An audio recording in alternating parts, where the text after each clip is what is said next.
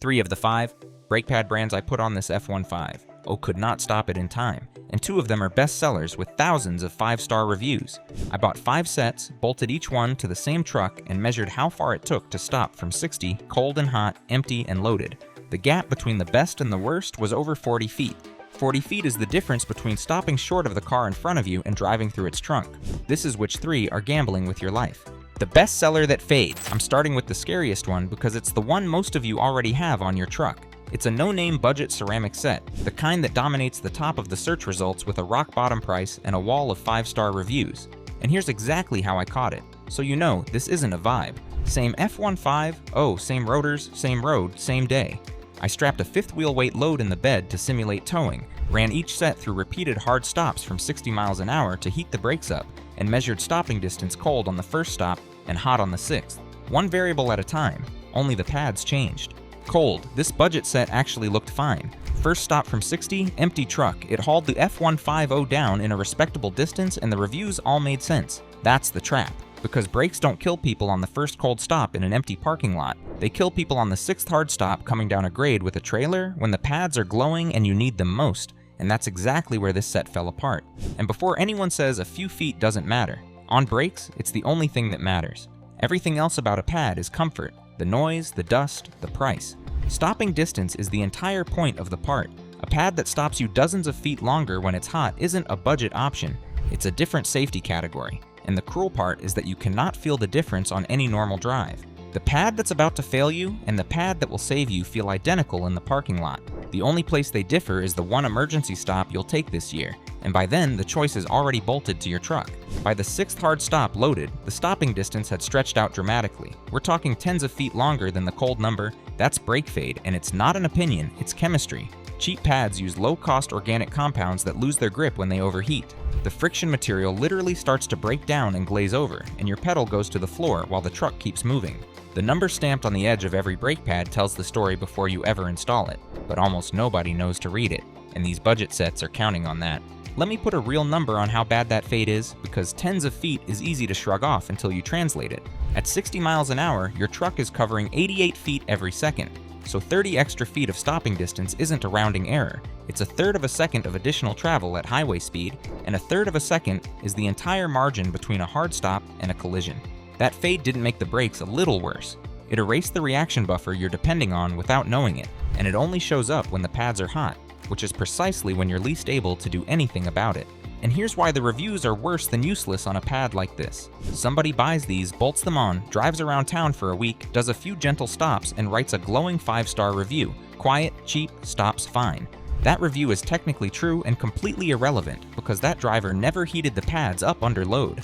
The entire body of 5-star reviews on a budget fade-prone pad is a record of people who got lucky enough to never test the pad in the one scenario where it fails. You're not reading safety data. You're reading a list of people who haven't towed yet.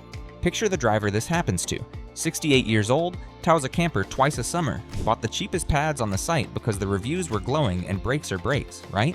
He's fine backing out of the driveway. He's fine for months. Then he's coming down a mountain pass with the camper behind him, taps the brakes for the 4th, 5th, 6th time, and the pedal sinks. The pads that tested fine cold just quit hot. At the exact moment a $200 mistake becomes a guardrail. He didn't buy cheap brakes. He bought a set that works right up until the day it has to. The one that never grips cold. The second brand is the mirror image of the first, and just as dangerous. A bargain performance pad marketed on how well it handles heat. And it does handle heat. The problem is the other 95% of your driving. This set is a cheap semi-metallic style compound tuned so hard that it barely bites until it's warm, which means every single cold morning start, every first stop out of your driveway, you're braking on pads that haven't woken up yet. On the cold test, this set posted the worst first stop number of all 5, noticeably longer than even the budget ceramic. That matters more than the fade test for one simple reason. The vast majority of real crashes happen on cold brakes. You're not on stop number 6 of a mountain descent. You're pulling out of your neighborhood, a kid darts out, and you stand on a pedal that needs to warm up before it grabs. Cold bite is the safety number nobody advertises, and this pad flunks it. Here's the criminal part. There's a 2-letter code stamped on the edge of every pad sold in America. It's federally required, part of the SAEJ 866 standard. The first letter grades grip when the pads are cool, the second when they're hot. And a pad can carry a code that looks acceptable on paper while grading out near the bottom for cold grip. because most buyers have never been told the code exists, let alone how to read it.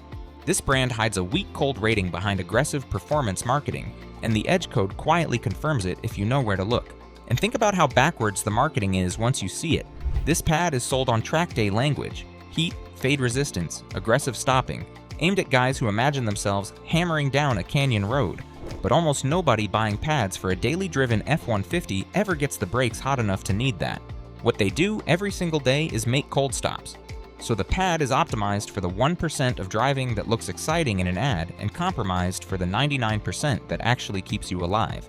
It's a solution to a problem you don't have, sold by creating a problem you didn't know you were buying. Picture the driver this catches. Commutes before dawn in a cold climate, first stop of the day at the sign at the end of the street. For a full minute of driving until those pads warm up, she's got significantly less stopping power than she thinks. Every single morning. She'll never notice on a normal day. She'll notice the one morning there's black ice in a stopped car, when the 4 extra feet this pad costs her is the 4 feet she needed.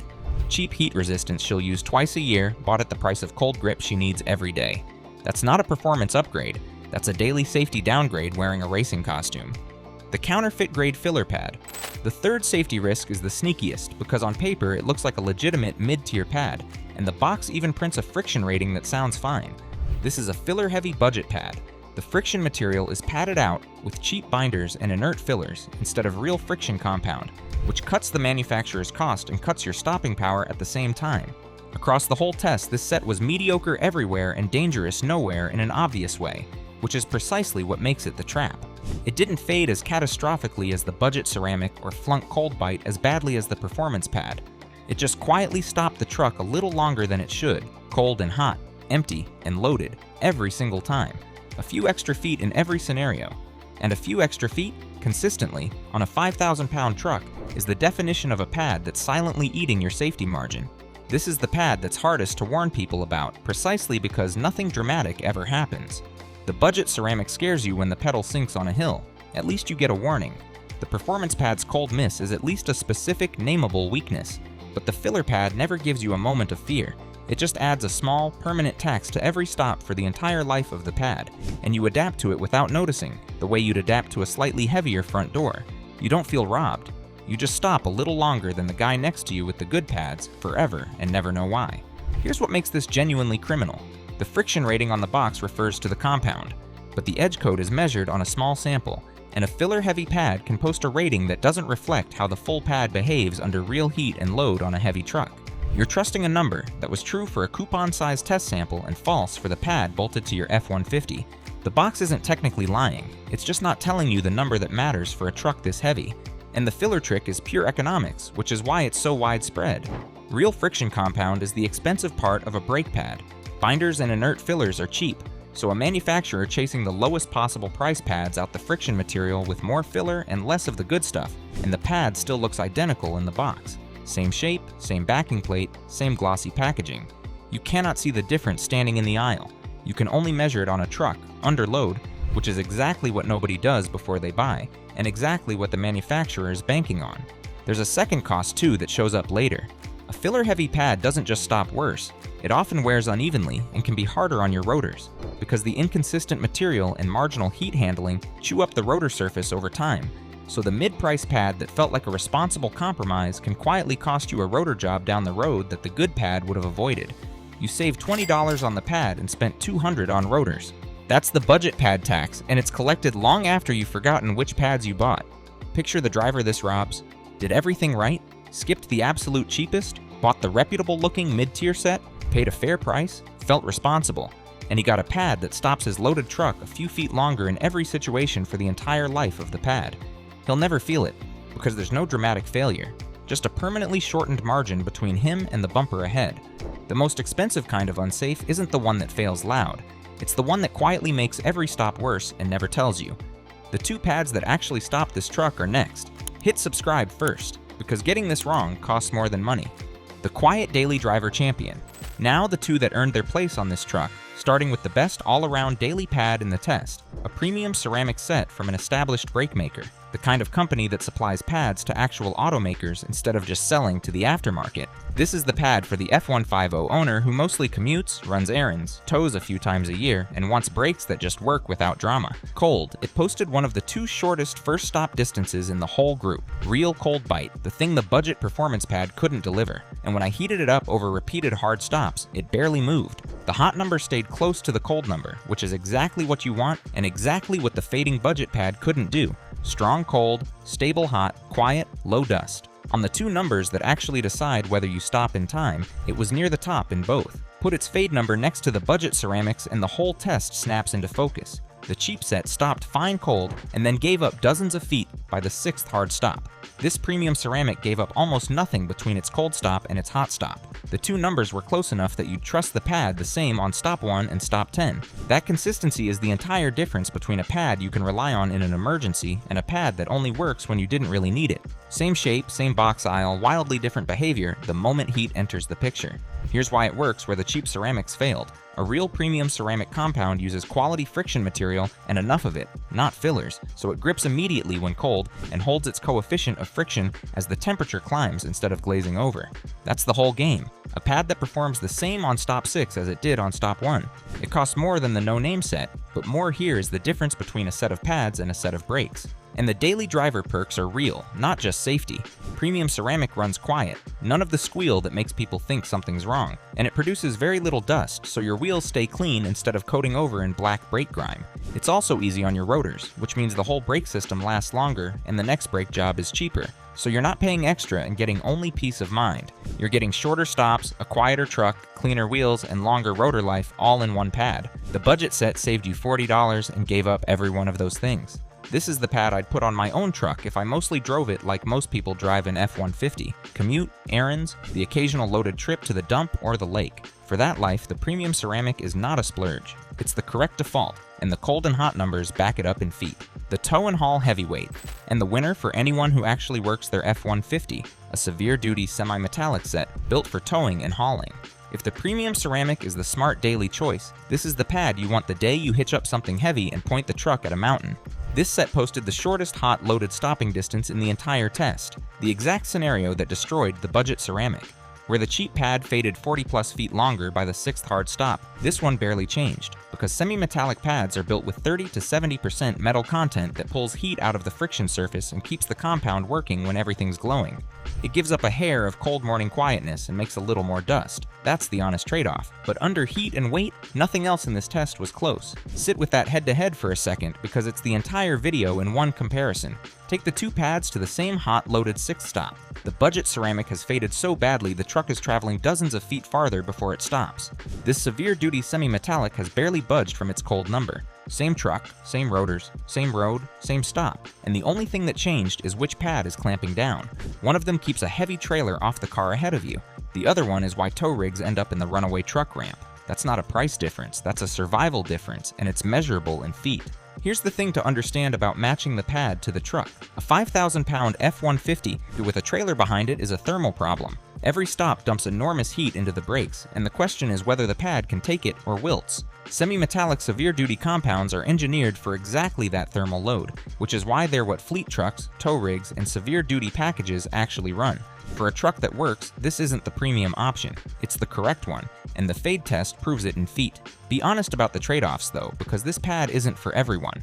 Semi-metallic pads make more dust than ceramic, and it's the grayer, grittier kind that sticks to your wheels. They can be a touch noisier, and on a frigid morning, they take a moment longer to reach their best bite than a top ceramic does, though still far better than that budget performance pad that never grips cold. If you never tow and never haul, that's a set of compromises you don't need to accept, and the ceramic is your pad. But the day you put a heavy trailer on the hitch, every one of those trade-offs becomes worth it the first time you have to stop hard coming downhill. Think of it as buying the right tool instead of the average one. Nobody tells you to own only one wrench, and nobody should tell you there's one brake pad for every F-150. The person who tows needs the pad that laughs off heat. The person who commutes needs the pad that's quiet, clean, and grabs cold. The mistake all 3 failing pads share is pretending there's a single cheap answer that covers everyone, and charging your safety margin to hide the gap. The 2 letters that decide if you stop. Here's the systemic thing this whole test exposes, and it's the single most useful thing you'll learn today. There is a code stamped on the edge of every brake pad sold in America, required by federal regulation, and it tells you how the pad grips before you ever spend $1. It's 2 letters. The first grades the pad's friction when it's relatively cool, the second grades it when it's hot. The letters run up the alphabet, so a higher letter means more grip. Most quality street pads grade out at what's considered the sensible minimum for both temperatures. Drop below that on either letter and you've got a pad that either won't grab cold or won't hold when hot, the exact 2 failures that showed up in this test. And here's the part that should make you angry. A pad rated near the bottom for grip has only marginally more stopping torque than bare steel with no pad at all. That's not an exaggeration. Steel on steel has a real, measurable friction value, and a bottom-rated pad is startlingly close to it. Some of the budget sets flooding the search results are barely outperforming no brakes. So the real question was never which brand has the best reviews, because reviews measure how quiet the pad is and how fast it shipped, not whether it stops a loaded truck on the 6th hard stop. The real question is, what's the edge code, and does this pad hold its grip hot and cold?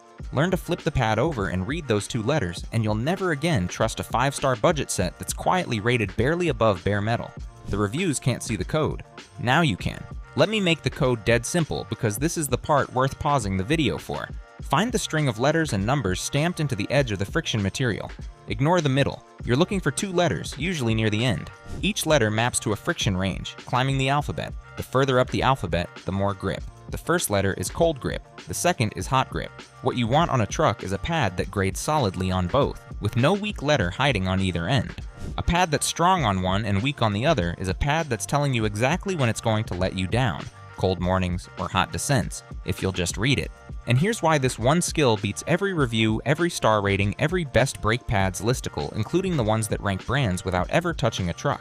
The edge code is a federally mandated, physically measured grade stamped into the product itself by the manufacturer. It cannot be faked by a marketing department or juiced by paid reviews. It's the closest thing to ground truth you'll ever get standing in a parts store, and it's been hiding in plain sight on every pad you've ever bought. The brake industry didn't hide the code, they just never taught you to read it, and a lot of budget pad money depends on you never starting. After 5 sets on the same truck, cold and hot, empty and loaded, here's the verdict. And it's the opposite of what the search rankings tell you to buy. The 3 safety risks are the budget ceramic that fades when it's hot, the cheap performance pad that won't grip when it's cold, and the filler-heavy mid-tier pad that quietly stops you a few feet longer in every single scenario. 2 of those 3 are bestsellers with glowing reviews, and that's exactly the problem. The reviews measured everything except whether the pad stops a heavy truck when it's working hard. On this F-150, all 3 gave up stopping distance in the one moment you can't afford to. The premium ceramic is the winner for daily drivers. Strong cold bite, stable when hot, quiet, and it holds its grip instead of glazing over. The severe duty semi-metallic is the winner for anyone who tows or hauls. It posted the shortest hot and loaded stopping distance in the test and barely faded at all. Between those 2, almost every F-150 owner is covered, and both of them cost less than an insurance deductible, let alone an emergency room visit. And notice what actually separated the winners from the losers, because it wasn't price alone. It was whether the pad held its grip across temperature. Both winners stayed consistent from cold to hot. All 3 failures broke down somewhere on that curve. The budget ceramic collapsed when hot, the performance pad was missing when cold, and the filler pad was a step behind everywhere. Consistency across temperature is the whole ballgame on a brake pad, and it's precisely the thing a price tag and a star rating can't show you. The edge code can. The test proved it in feet. The reviews were looking at the wrong thing entirely. Here's the through line. On tires or oil, buying the wrong thing costs you money. On brakes, buying the wrong thing costs you feet, and feet are what stand between your truck and whatever's in front of it when you need to stop. The cheapest pad on the site is not a deal if it fades on stop 6 or won't bite on the cold morning that counts. Match the pad to how you actually drive your truck, flip it over and read the edge code before you install it, and you will outbreak every 5-star budget set on that shelf. The one thing to take with you, on brakes the review score is the least important number and the edge code is the most important. Flip the pad over and read those 2 letters before you ever bolt them on. Drop a comment and tell me which brand is on your F-150 right now, because half of you are going to want to check that edge code tonight. And next up, we're testing 5 brake rotors on the same truck to find out which ones warp the first time you tow in the heat. Subscribe so you see that data the day it drops.